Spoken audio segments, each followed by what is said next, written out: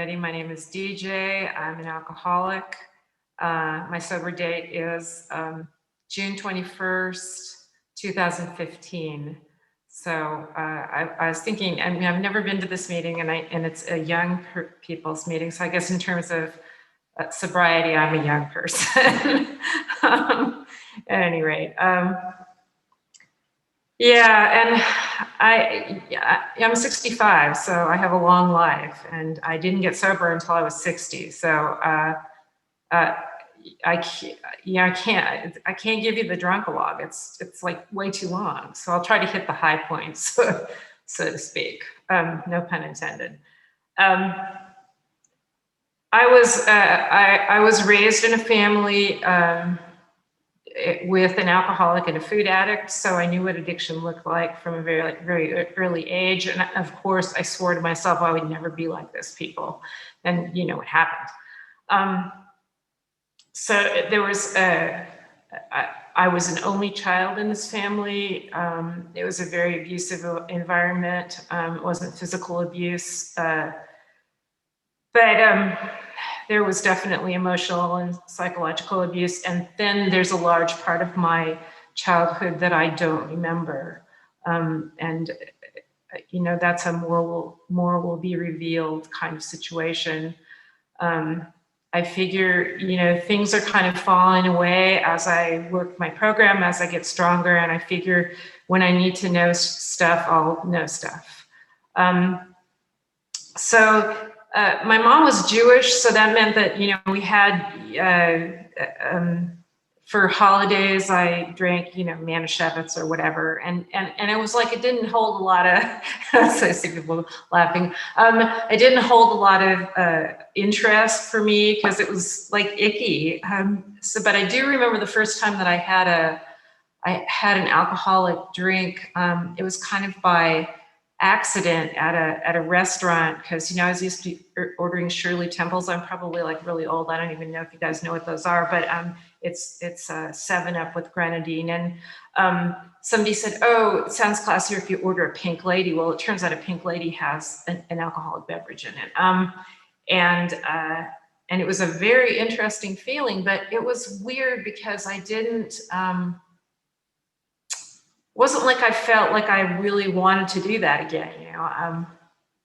Being the age that I am and being from California, there were other things that were offered to me, and I don't know what your group policy is on mentioning drugs, but drugs were definitely a part of my story. They were a big part of my story. And I toyed with whether or not I was going to mention this, but I am going to mention it because recently, oddly enough, recently I was diagnosed with Asperger's syndrome, and my nephew was diagnosed when he was in the Marines, and he said, "Congratulations, DJ, you beat me in the late diagnosis category."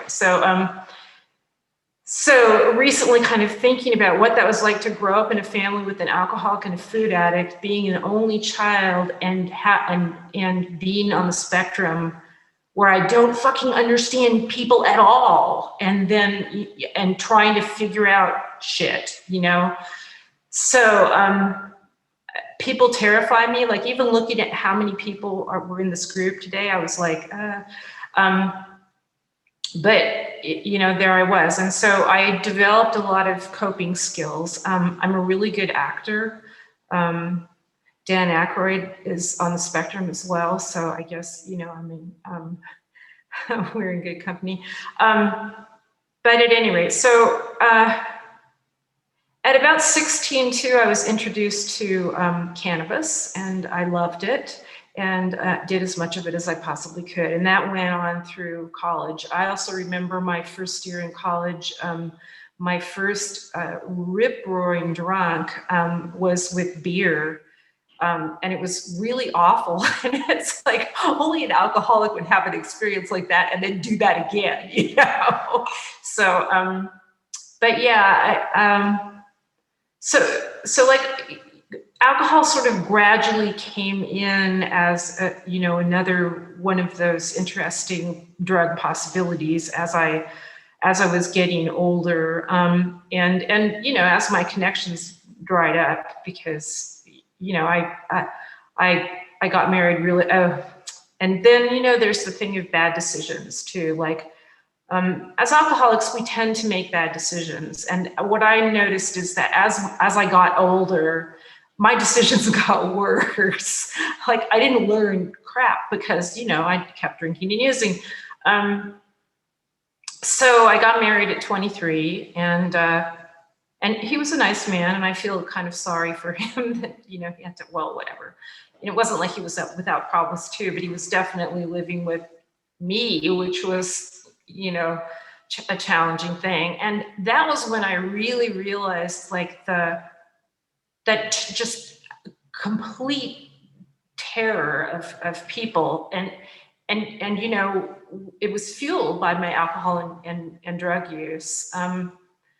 At that time, we didn't have cell phones. We had modular phones. They plugged into the wall, those plugs are still, I can't remember what they're called.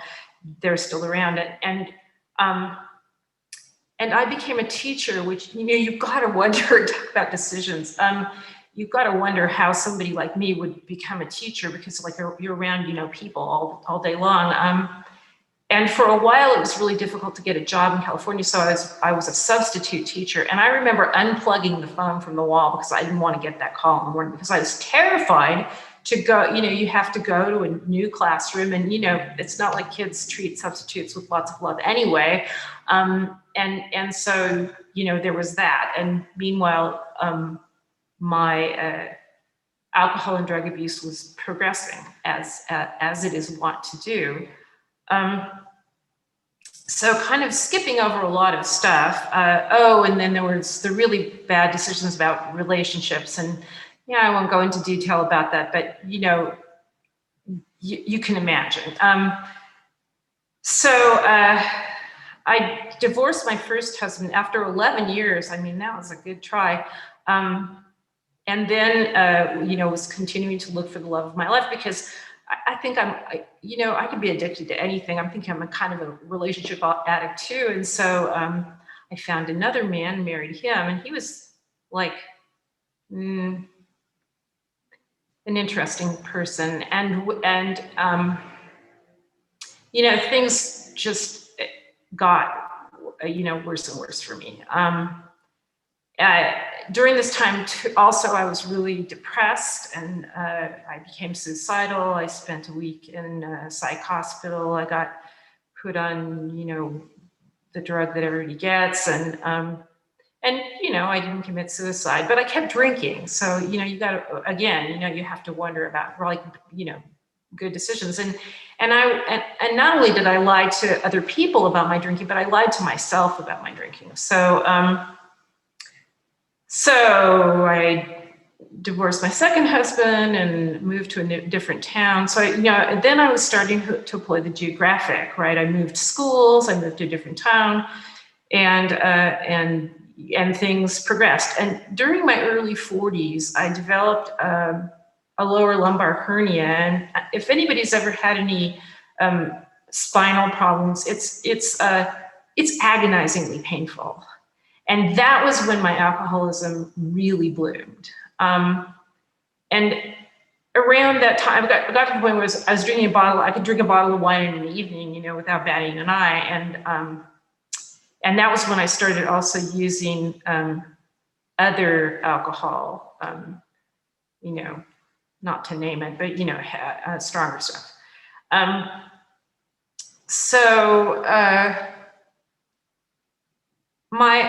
I met my third husband when I was on a trip to Costa Rica with a group of teachers.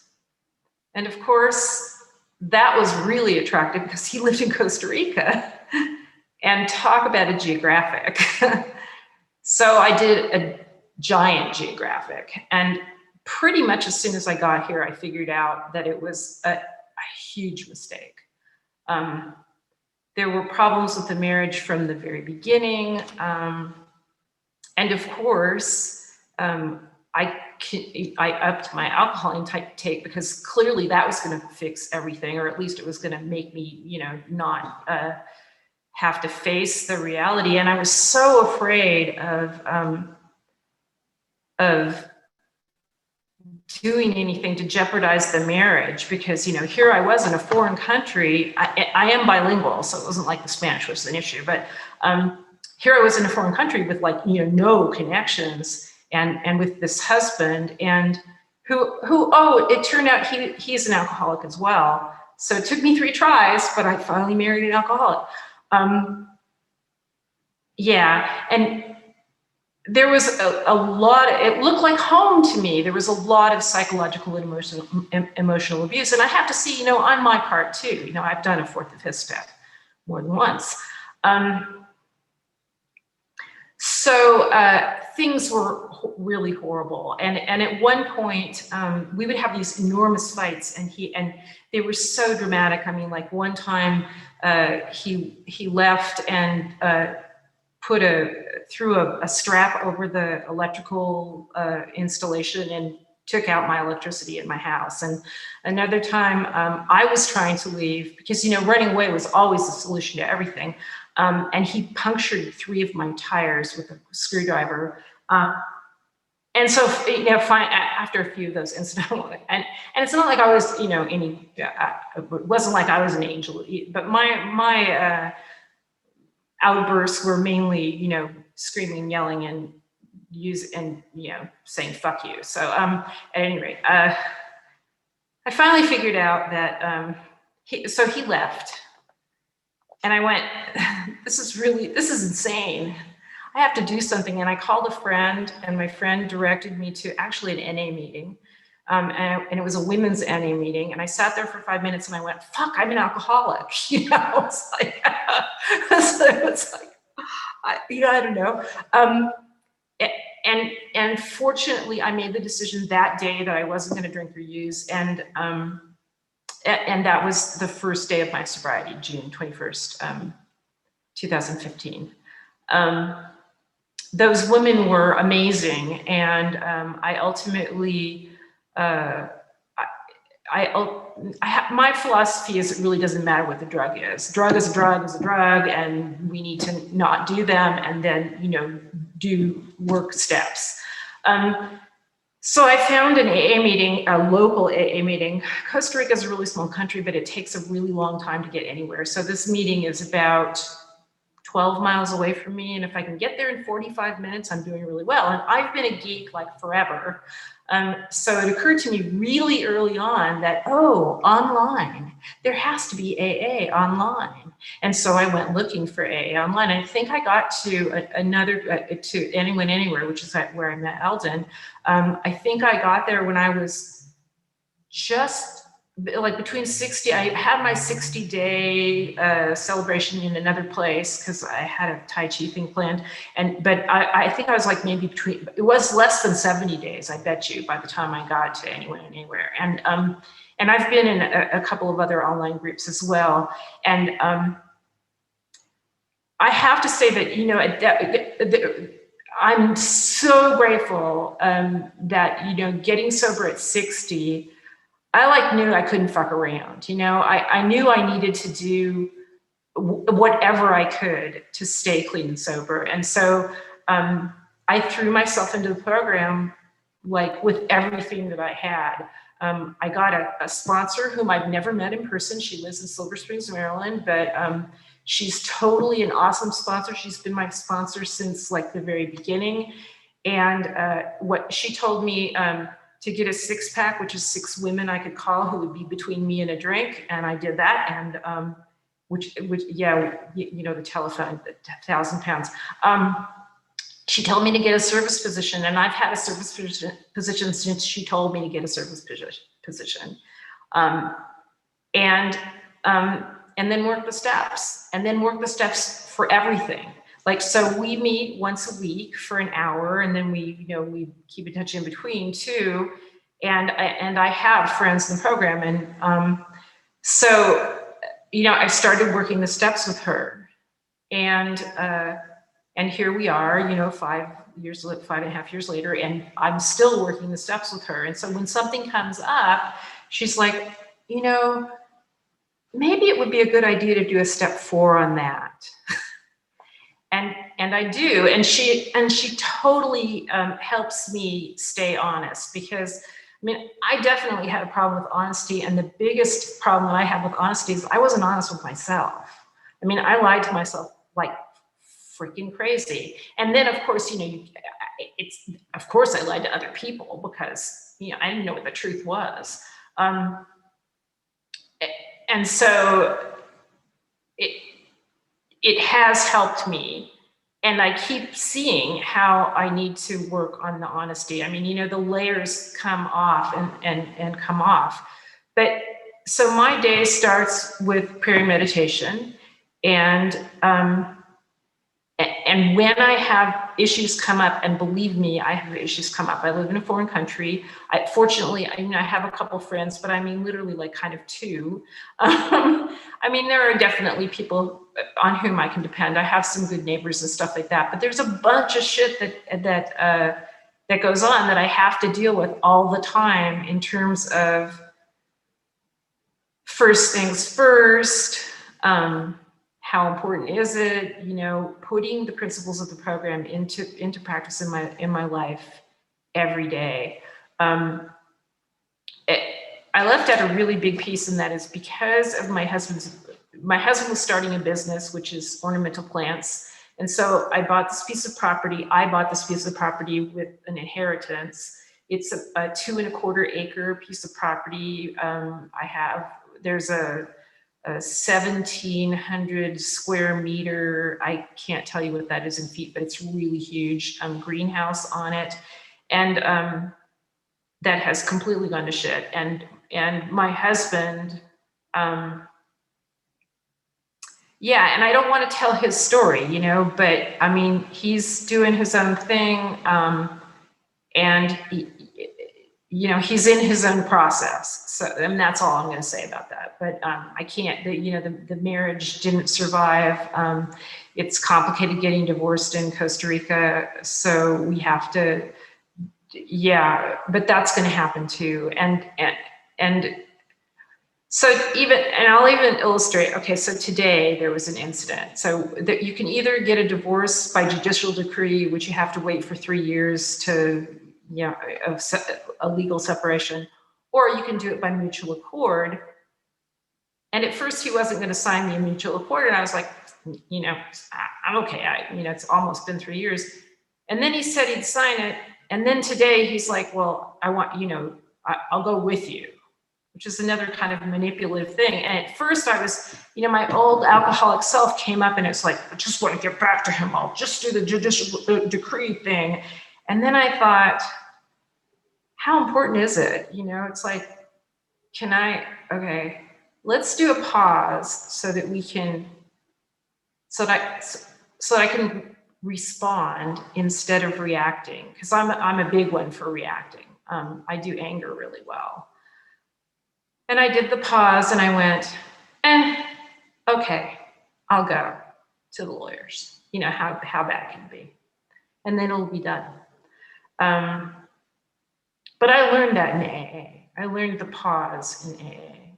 I learned to ask for help in AA. I learned I don't have to do it all by myself. I learned that there are people who've been doing this not necessarily longer than me, but who I know I can go to, and they won't tell me what to do, but they'll listen to me, and they'll make suggestions, and there'll be suggestions that keep me in the sane road, as opposed to where I would normally go. So really, my life is, in terms of, I think of the promises. When I chair meetings, I read the promises a lot, because I really like that, and I really do believe them.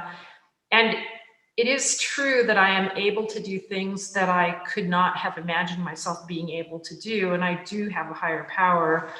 And life is still really hard. I'm not going to bullshit you. Life is still really hard, but I'm clean and sober. And so when life throws stuff at me, I can deal. I can take a deep breath. I can go, okay, it's time to reorder my priorities here. I can call people in the program. I've got my prayer and meditation. You know, I'm good. I got a lot of stuff, and oh, and gratitude. I have a lot of stuff to be grateful for. And Eldon is one of the things that I'm grateful for sure, because he was a big support, especially at the very beginning. I think our sober dates are like 1 month apart, so that's really cool too. But I'm so grateful that I don't know if any of that made sense. I really, really hope and pray that somebody got something out of something that I said. I'm so grateful for AA. I'm so grateful to have been asked to speak. I'm grateful that all of you are here, and for the people who are counting days, good on you. Awesome. Man, oh man, alive. Getting sober during a freaking pandemic. Hello, you're fabulous. So hang in there, because it does get better. And even when shit comes down the pipe, you're going to be able to deal with it. So that's all I have for you. Thanks for listening. And with that, I will pass.